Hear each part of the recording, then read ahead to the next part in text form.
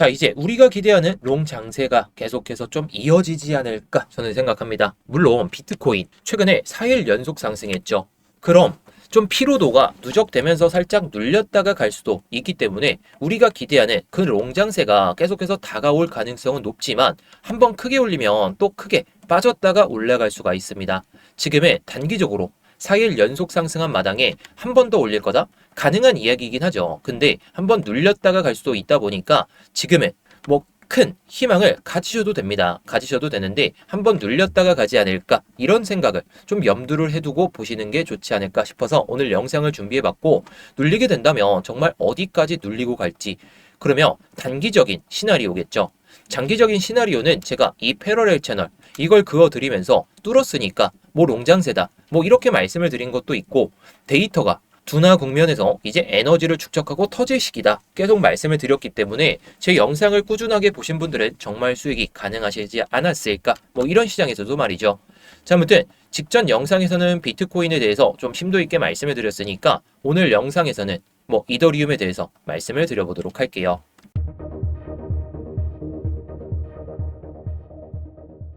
네, 안녕하세요. 10년차 코인 트레이더 이무혁입니다. 자, 요즘에 변동성이 엄청 적어졌다가 다시 커질 그런 분위기로 좀 올라가고 있죠. 자, 제가 지난주에도 그렇고 계속해서 롱만 바라봐야 된다라고 말씀을 드렸기 때문에 제 영상을 보신 분들은 정말 롱으로 수익을 지금도 챙기고 계시고 앞으로도 챙길 가능성이 높습니다. 자, 제가 말씀드리고 싶은 건 우리 구독자분들께서 항상 수익을 내실 수가 있는데 수익 내실 타점들을 너무나도 못 잡아서 제가 노하우들을 계속해서 풀어드리고 있죠. 자, 이런 노하우들을 알려드리는 값은 좋아요 하나로만 받을 테니까 여러분들께서는 좋아요 하나만 눌러주시고 그 다음에 뭐 이따가 영상 다 보시고 도움이 안 되셨다면 그때 취소하셔도 좋으니까 한 번씩 눌러주시면 감사하겠습니다. 자, 일단은요, 제가 30일부터 이 하락 패러렐을 넘고 나서 이 양봉이었거든요. 29일 날은. 근데 음봉으로 떨어지다 보니까 차트 잘못 본 줄 알았다. 그러면서 30일 날도 이걸 유지해 준다며 장기적이나 단기적으로 롱장세가 찾아올 가능성이 높다. 계속 말씀을 드렸죠. 자, 그러면서 이더리움 관점을 많이 말씀을 드렸어요. 자, 1번 관점으로는 여기서 눌렸다 간다면 여기서 한번 진입해보자. 자, 그러면서 2번 관점도 말씀을 드렸는데 이 관점은 오지 않고 여기서 그냥 올라가기 바빴어요. 자, 그럼 우리가 타점을 밑에서 못 잡았다면 다시 한번 타점을 잡기 위해서 흐름을 보면서 타점을 잡을 필요가 있겠죠. 자, 그런데 지금 흐름을 한번 봐볼까요? 자, 지금 흐름을 보시면 제가 이때에도 그렇고 이때에도 무조건 롱만 보셔라 라고 말씀을 드렸기 때문에 제 영상을 보신 분들은 정말 롱만 들어가셨을 것 같아요. 물론 롱을 못 잡으셨다면 이게 눌렸다가 가는 그런 시나리오에 맞춰서 들어가야 되다 보니까 너무 높게 안 들어가시는 게 좋을 것 같습니다. 자, 근데 웃긴 게 제가 추세선 이것들만 딱 그어 놓고도 타점을 잡아드리고 뭐 시간봉, 큰 양봉이나 음봉을 통해서 타점을 잡아드리고 있는데 이런 것들은 제가 스터디룸에서 모두 공유를 드리고 있죠. 자, 물론 이런 타점들은 제가 스터디룸에서 타점을 잡아드리고 있는데 저는 요즘에 매매를 좀 쉬면서 타점을 좀 명확하게 잡아드리기 위해서 저는 매매를 좀 쉬고 있습니다.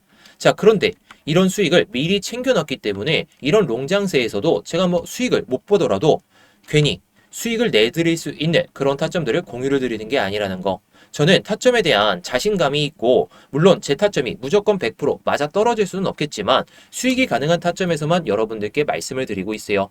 자, 이런 타점들 스터디룸에서 모두 공유를 드리고 있는데 구독자분들이라면 누구나 들어오실 수가 있으니까 지금은 구독만 눌러주시고 뭐 이따가 스터디룸 입장하시는 방법 알아두신 다음에 입장하신다면 여러분들의 1월은 정말 수익으로 가득하시지 않을까 싶습니다.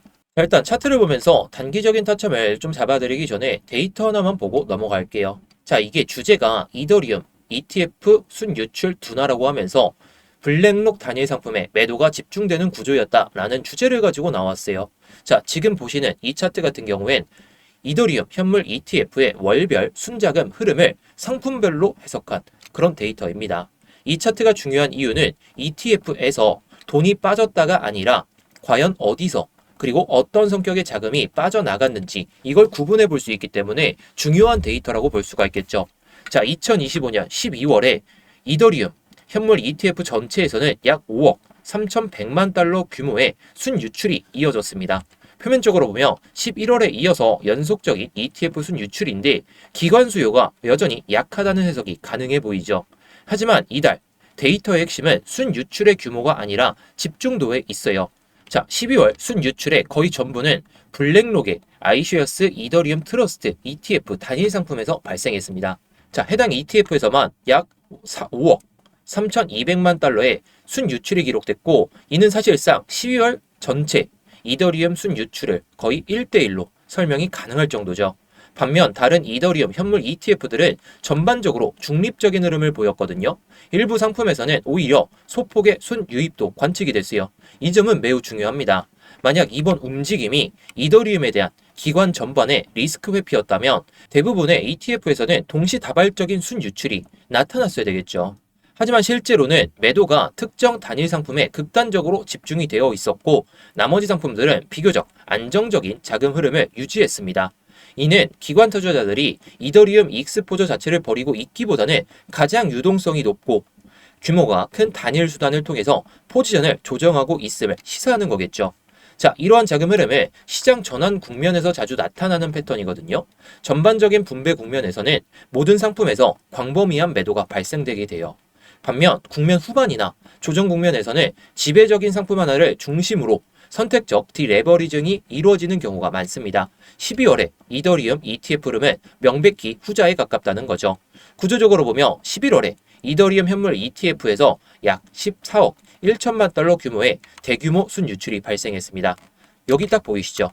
자, 이에 비해서 12월은 전체 순유출 규모가 크게 둔화됐고, 동시에 매도 주체가 블랙록 단일 상품으로 집중이 됐어요.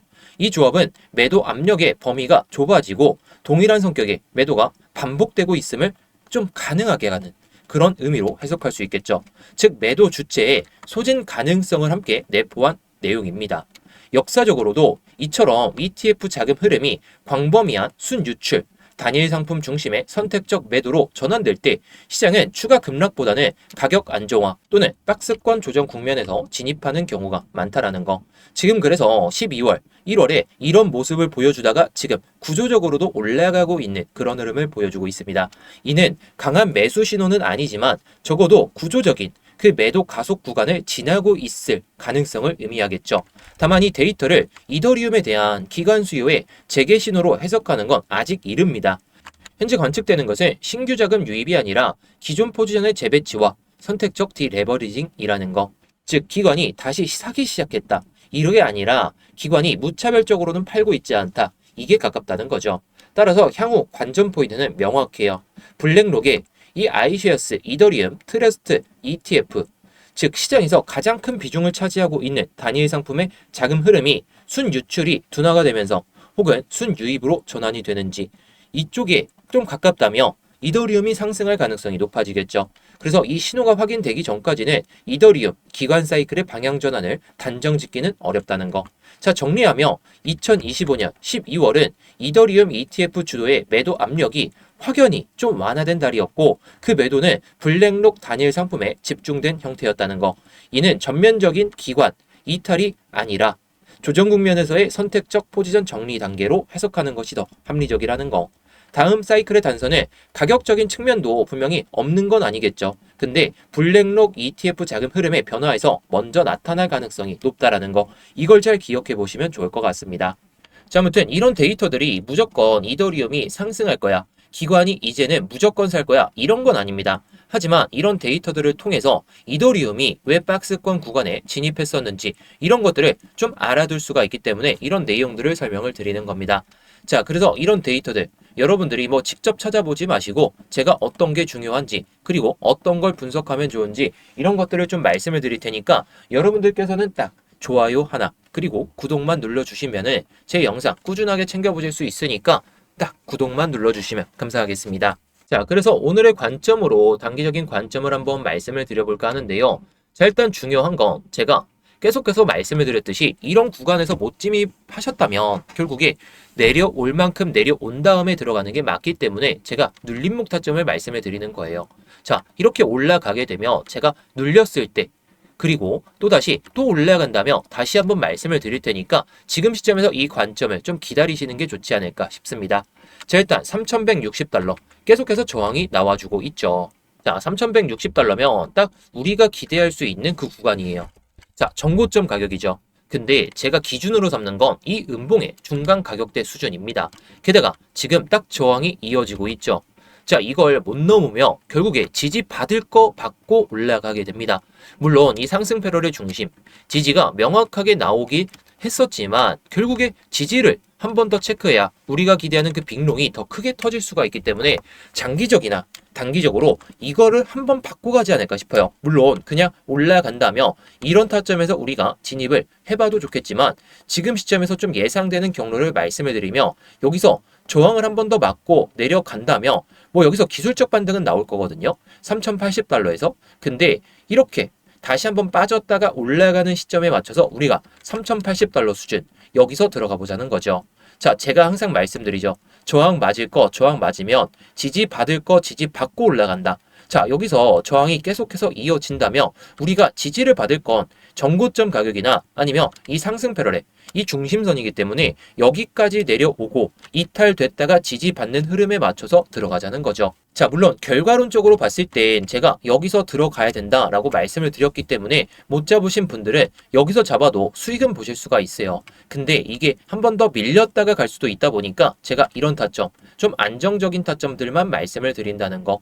여러분들도 이 타점을 잘 기다리신다면 정말 좋은 수익도 가능하시다 보니까 이 타점들을 잘 기억해 보시면 좋을 것 같아요. 근데 이게 뭐 실시간으로 타점을 잡는 게 현실적으로 좀 어렵죠. 그런데 이 타점이 오더라도 정말 진입을 해야 되는지 이게 좀 어렵다 보니까 제가 이런 타점들은 구독자분들이 계신 스터디룸에서 모두 공유를 드리고 있거든요.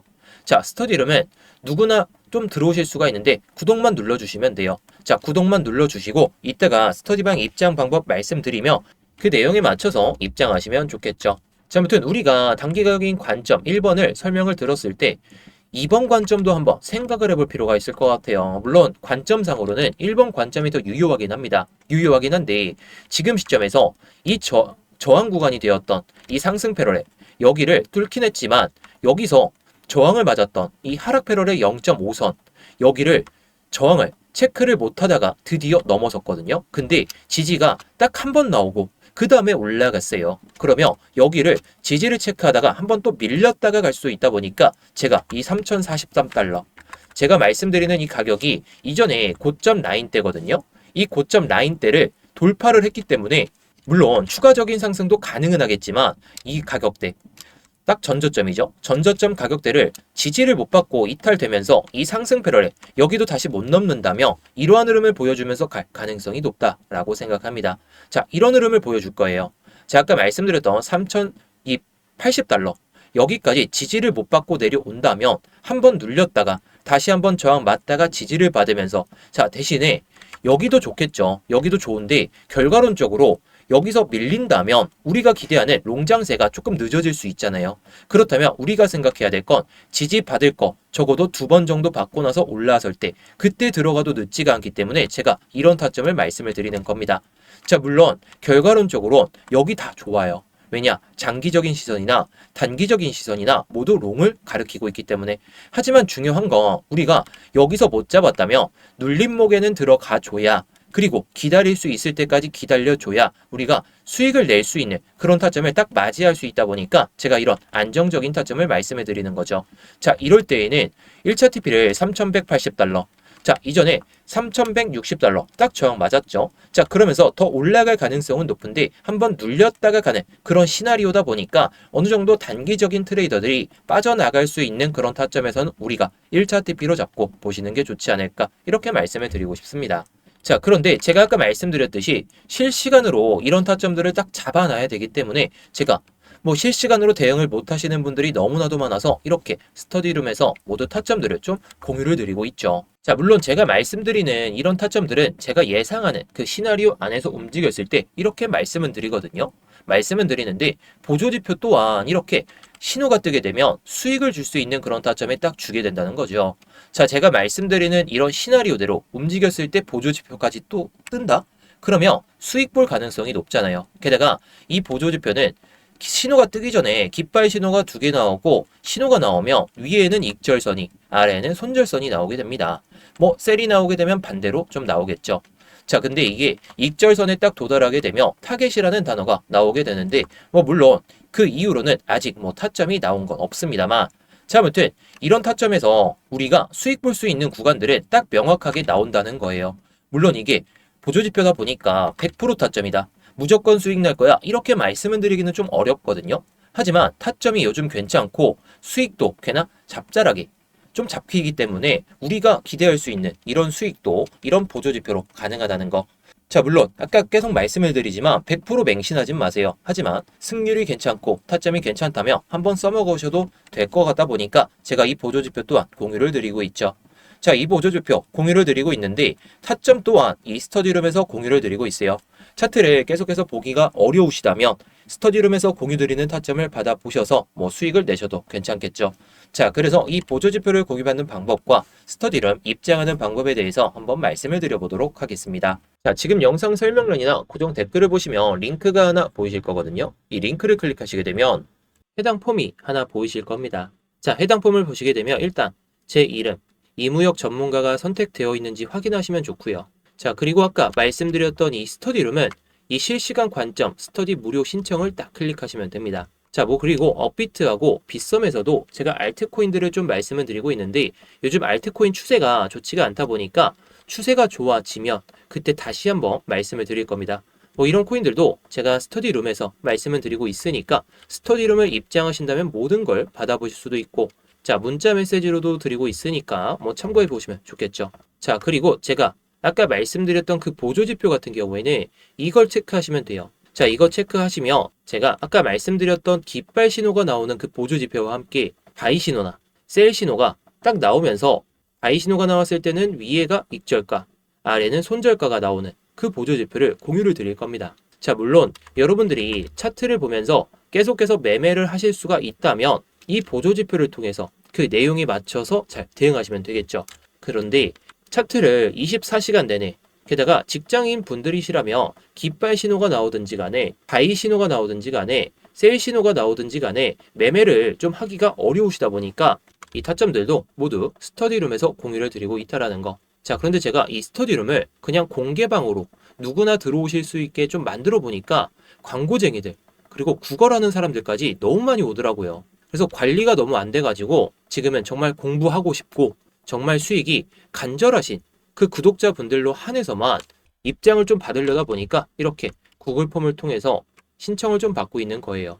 단기방 같은 경우에는 이렇게도 운영을 하고 있거든요. 자, 제가 스터디룸 그리고 보조지표 이것을 통한 매매 같은 경우에는 좀 크게 수익을 내려고 하고 있는데 단기적으로 좀 매매를 좀 하고 싶다 이러신 분들을 위해서 단기방도 좀 만들어 놨으니까 단기방도 좀 입장하신다면 여러분들이 매매하시는 데 있어서 정말 편하시겠죠. 자, 그래서 단기방 같은 경우에는 기타를 클릭하시고 뭐 단기방 이렇게만 남겨주시면 됩니다. 자, 그리고 다 중복 체크 가능하니까 뭐 여러분들이 원하시는 내용에 맞춰서 딱 눌러주시고 양식에 맞게 내용을 작성하신 다음에 제출만 하시면 끝이라는 거. 어렵지 않으니까요. 여러분들이 편하신 대로 언제든지 제출해서 남겨주시면 되겠습니다. 자, 그래서 오늘의 관점을 한번 요약을 해드리도록 할게요. 자, 장단기 롱 강세 장세가 계속해서 이어질 가능성은 높습니다. 하지만 이게 4일 연속 이 음봉을 제외하고 보면 5일 어느 정도 상승이 이어지고 있잖아요. 게다가 이때는 저점을 이탈하지 않은 채로 올라왔기 때문에 강세 장세만 계속해서 이어진다? 그건 또 크게 빠졌다가 올라갈 가능성이 높기 때문에 차라리 올라갔다가 내려오는 장세에 맞춰서 단기적인 타점이나 장기적인 타점을 잡는 게 더 합리적일 것 같고, 자, 만약에 여기서 내려온다면 제가 말씀드리는 뭐 장기적인 타점이나 단기적인 타점을 잡고 눌림목에서 들어가 보시는 그런 전략을 취하시는 게 좋을 것 같습니다. 자, 그래서 오늘 영상은 여기서 마치도록 할 텐데요. 제 영상이 좀 마음에 드셨다면 아까 좋아요 눌러주셨던 분들 좋아요 유지해 주시고 구독 안 누르신 분들은 구독까지 눌러주시면서 제 영상 꾸준하게 잘 챙겨보시면 좋을 것 같습니다.